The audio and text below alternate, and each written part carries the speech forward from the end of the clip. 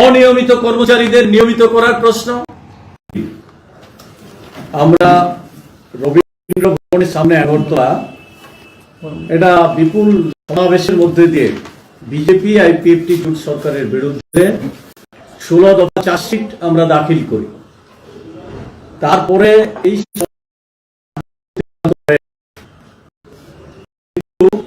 কোনো পরিবর্তন আমরা লক্ষ্য করি।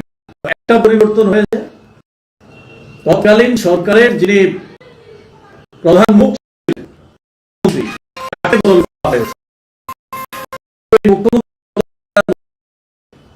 আমরা যে সমস্যাগুলি চিহ্নিত করে জনতার তুলে ধরেছি চার্জশিট, তার কোনো ন্যূনতম যে ইচ্ছা, সেই ইচ্ছা আমরা লক্ষ্য করছি না। বরং সারা দেশের মতো ত্রিপুরাতেও তফসিলি জাতি, তফসিলি উপজাতি, তাদের উপরে নানা কৌশলে আক্রমণ বাড়ছে, তাদের অধিকার ছিনিয়ে নেওয়া হচ্ছে। এই ঘটনাগুলি ঘটছে সারা দেশে। যেমন মহিলাদের উপরে 45% আক্রমণ, দলিত মহিলা ধর্ষণের শিকার হচ্ছে। তারপরে 85% তফসিলিদের এক গন্ডা জায়গাও তফসিলি অংশের জন্য যে সাপ্লেন ছিল তফসিলি সেগুলি তুলে দেওয়া হয়েছে। এরকম ভাবে আমাদের রাজ্যে এখন পর্যন্ত 6 জন খুন হয়েছে। এই তফসিলি অংশের মানুষ, তাদেরকে খুন করা হয়েছে। মহিলাদের উপর নির্যাতন হয়েছে, মহিলাদের খুন করে আগুন দিয়ে জ্বালিয়ে দেওয়া হচ্ছে। কোনো ব্যবস্থা নেই, আসামি গ্রেপ্তার নেই। 6 জন দলিত এখন পর্যন্ত খুন হয়েছে, তাদেরকে খুন করা হয়েছে।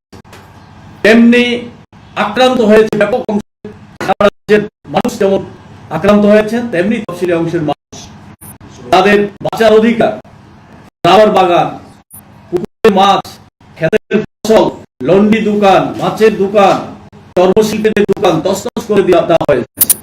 তাদের জীবন জীবিকার উপর কঠোরভাবে আক্রমণ নেমেছে। এরকম ভাবে এখন তো দেশের এবং রাজ্যের শিক্ষা থেকে সরকারের যে দায়িত্ব, সে দায়িত্ব তুলে দিয়ে বেসরকারীকরণের দিকে যাচ্ছে। তার মানেই হচ্ছে তফসিলি জাতি, তফসিলি উপজাতিতে শিক্ষার অধিকার ছিল, সেই অধিকার থেকে বঞ্চিত হবে। একমাত্র তাদের হাতে শিক্ষা চলে যাবে। এতে সাংঘাতিক ভাবে ক্ষতিগ্রস্ত হবে তফসিলি অংশের ছেলে মেয়েরা, উচ্চশিক্ষা থেকে, সমস্ত শিক্ষা থেকে বঞ্চিত হবে। কর্মসংস্থানের প্রশ্নে সবচেয়ে বেশি প্রতারণা করেছে সরকার। 299টা প্রতিশ্রুতি যেমন দিয়েছে, প্রতিটা প্রতিশ্রুতিতে তা প্রতারণা করেছে। 50,000 যুবকের 1 বছর চাকরি হবে, 7 লক্ষ বেকারের ঘরে ঘরে চাকরি হবে। আর আজকে সবচেয়ে প্রতারিত হয়েছে আমাদের রাজ্যের যুবতীরা। কোন রকমের চাকরি নেই, চাকরি থেকে বঞ্চিত হয়েছে। এমজিএন রেগা প্রতিশ্রুতি ছিল 340 টাকা মজুরি হবে, তারপরে 200 দিন দেওয়া হবে। বাস্তবে এখন 20 থেকে 25 দিন কাজ পাচ্ছে না। আমরা যখন এলাকায় যাচ্ছি, হাহাকার চলছে, কাজ নেই। গ্রামে পাহাড়ে কোথাও কাজ নেই। বৃদ্ধি পাবে, কোথায় কাজের দিন বৃদ্ধি পাচ্ছে। আগে বামফ্রন্টের সময়ে যখন 90 দিন 94 দিন কাজ হতো, আর এখন 20 থেকে 25 দিন কাজ হয় না। 4 ভাগের 1 ভাগ তাদের রোজগার নেমে এসেছে। এরকম ভাবে আমরা এখানে আজকে রেগার মজুরি 600 টাকা হওয়া উচিত, 200 দিনের কাজ দেওয়া দরকার। এমনি আমরা দেখছি তফসিলি ছাত্রছাত্রীদের স্টাইপেন্ড বৃদ্ধি করা হচ্ছে না। আমরা দাবি এবং তার ইনকাম বাড়ছে, সেটা দরকার। চর্মশিল্পী, লন্ডিজীবী, মৎস্যজীবী, তাদের যে উন্নয়নের পরিকল্পনা ছিল বামফ্রন্টের সময়, সেগুলি ধূলিসাৎ করে দেওয়া হয়েছে। তেমনি যারা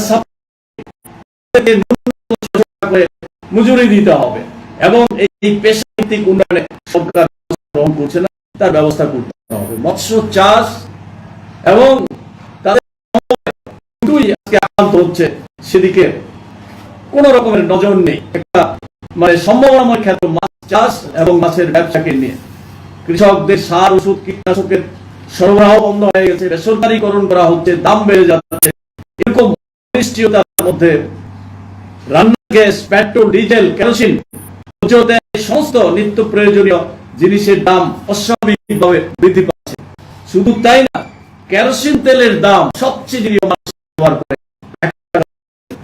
দাম হয়ে গেছে প্রতিটা জিনিসের। ভোজ্য তেল, তারপরে গ্যাস, এখন 1250 টাকা গ্যাসের দাম।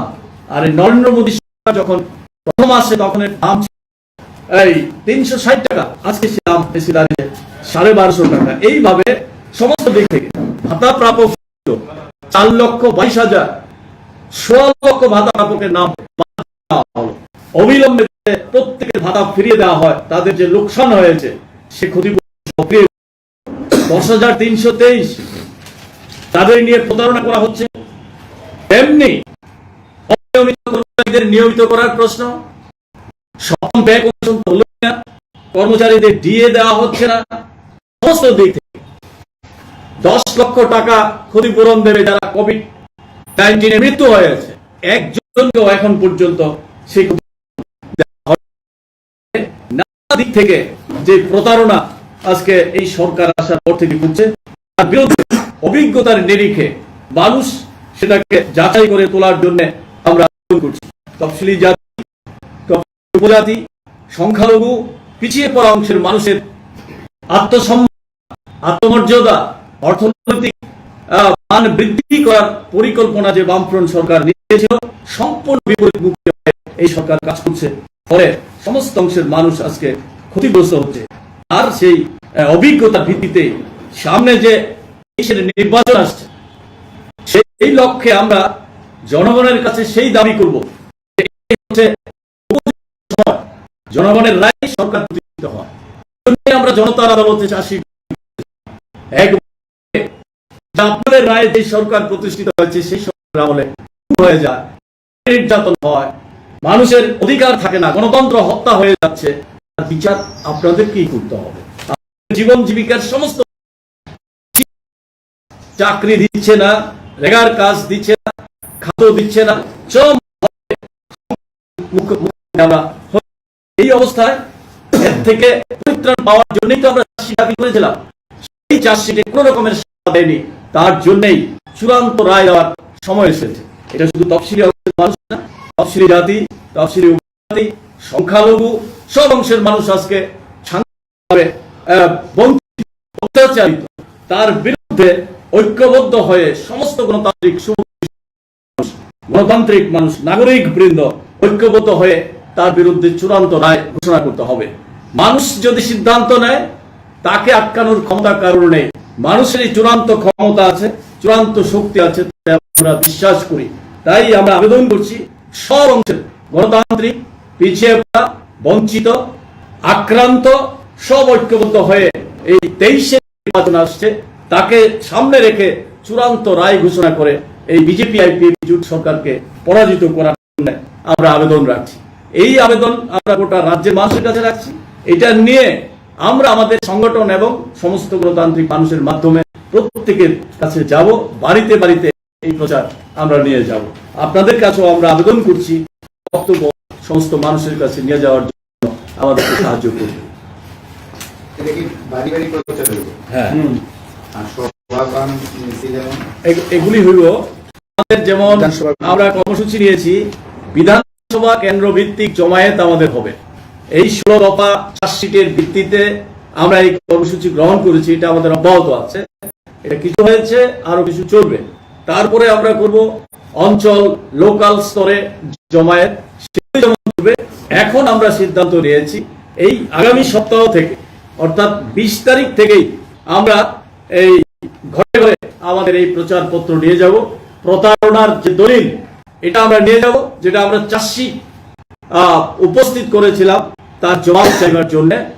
এটাই উপযুক্ত সময়, এই উপযুক্ত সময়ে যেন এই প্রতারণার যোগ্য জবাব দেন, তার জন্য আমরা সমস্ত মানুষের কাছে যাব। এই দুঃশাসনের অবসান ঘটানোর জন্য গণতান্ত্রিক শান্তিপ্রিয় মানুষের কাছে ত্রিপুরা রাজ্যের শান্তি, সম্প্রীতি, সুস্থিতিকে ফিরিয়ে এনে আবার একটা উন্নয়নের এবং ভবিষ্যৎ প্রজন্মের ছেলে মেয়েদের জন্য একটা সুন্দর ত্রিপুরা রাজ্য গড়ে তোলার জন্য তারা যেন দৃঢ়ভাবে এই সরকারের বিরুদ্ধে রায় ঘোষণা করে একটা মানুষের সরকার সরকার প্রতিষ্ঠিত করে সেই আবেদন আমরা রাখছি।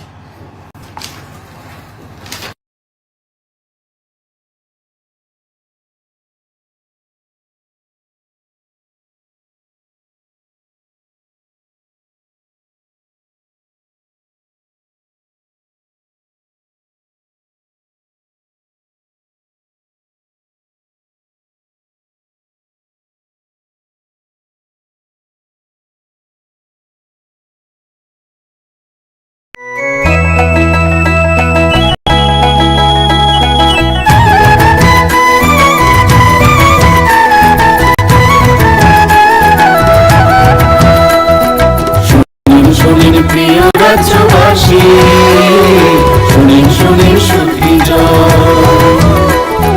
সরকারি সহায়তায় হবে প্রতি ঘরে সুশাসন, প্রতি ঘরে সুশাসন। 1905 নম্বরে যোগাযোগ করুন, কথা বলুন। সরকারের হাত শক্ত করুন, নিজের মতামত শুনেন শুনেন সুখী শুনেন শুনেন সুখী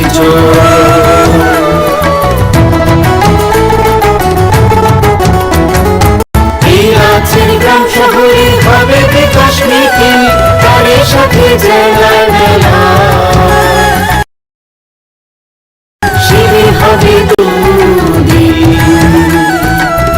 আমাদের সাথে আছেন বিধায়ক মন্ত্রীগণ, আমাদের সাথে আছেন বিধায়ক মন্ত্রীগণ, তাই তো এবার পৌঁছে যাবে প্রতি ঘরে সুশাসন, প্রতি ঘরে সুশাসন।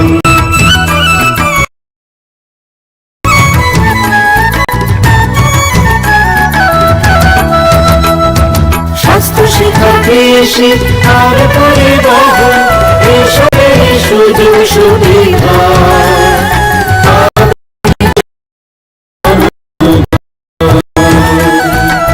সবার সাথে আছে শাসন, সবার সাথে আছে এভাবে পৌঁছে যায় সুশাসন, প্রতি ঘরে সুশাসন।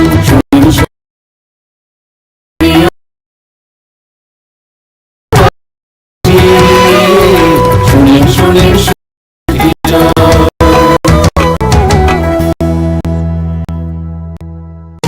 নকথুলি ঠামগাম শাসন।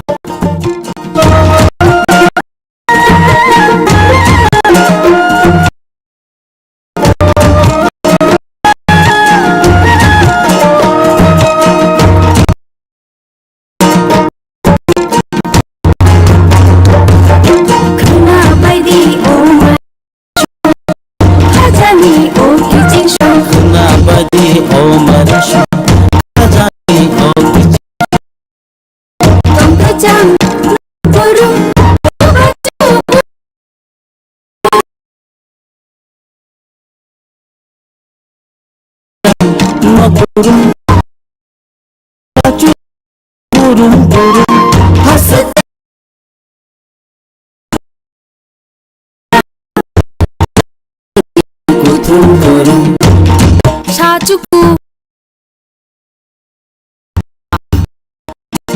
বড় गोरोंलायदि tei kok salaidi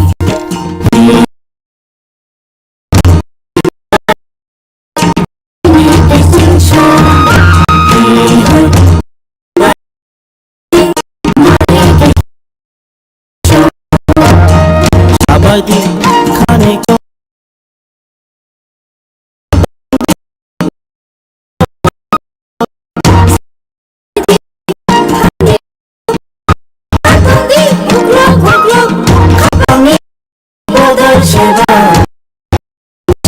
lama kono kena baidi o desu katani o kitchen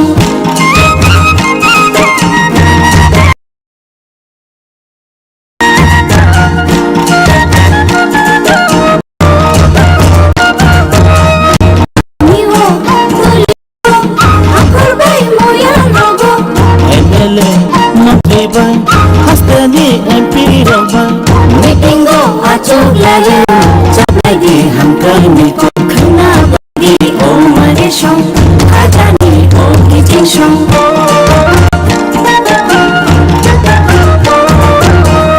Dimantho ubawo Digola no brumbrumo Dimantho ubawo Digola brumbrumo Sakhani mantho gumo Tunjanai no brumbrumo Khana bagi o mare shong Khajani o kijing shong Khana bagi o mare shong Khajani o kijing shong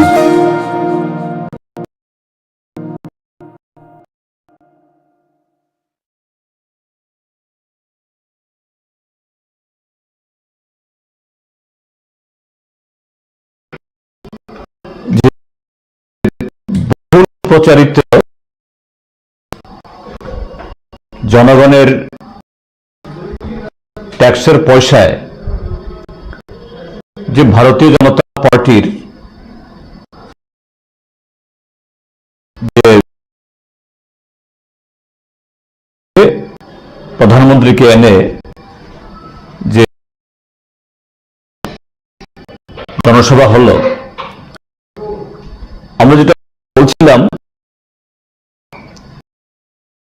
এটা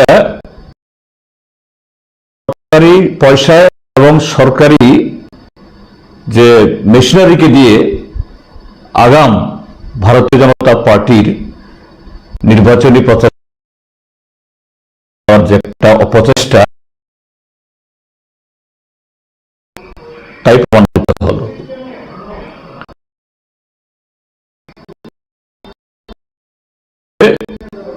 এতে বহু কোটি টাকা খরচ হয়েছে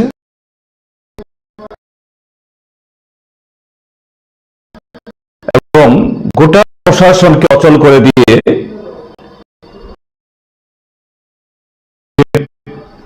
অনেক পরিষেবার বিপর্যয় ঘটেছে, মানুষকে অনেক ফেলা। যাই হোক, এগুলি পরবর্তী সময়ে বলার আরো সুযোগ হবে। বলতে চাই যে এত কিছুর পরও